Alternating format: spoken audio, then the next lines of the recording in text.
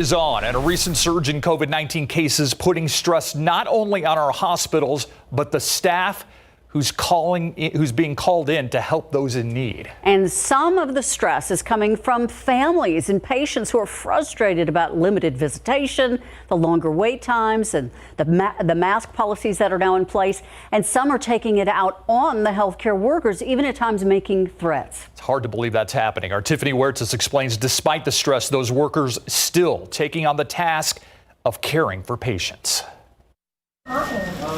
The patient was upset because he had to wait. He became hostile. His mom became hostile. Chief Nurse Executive for University Health, Tommy Austin, says with longer wait times and limited visitation, people are taking it out on healthcare workers. I actually round in the lobby and I actually tell patients, please excuse the wait time.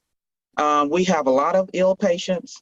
We are triaging the best that we can. Be above your nose. Jane McCurley, the chief nurse executive at Methodist Healthcare, shared their experience during last night's city briefing. Our staff have been cursed at, screamed at, threatened with bodily harm, and even had knives pulled on them. We've had to increase our security and actually called on our SAPD for very disruptive cases. She says staff are emotionally, physically, and spiritually drained. Please, when you come into our hospitals, be kind.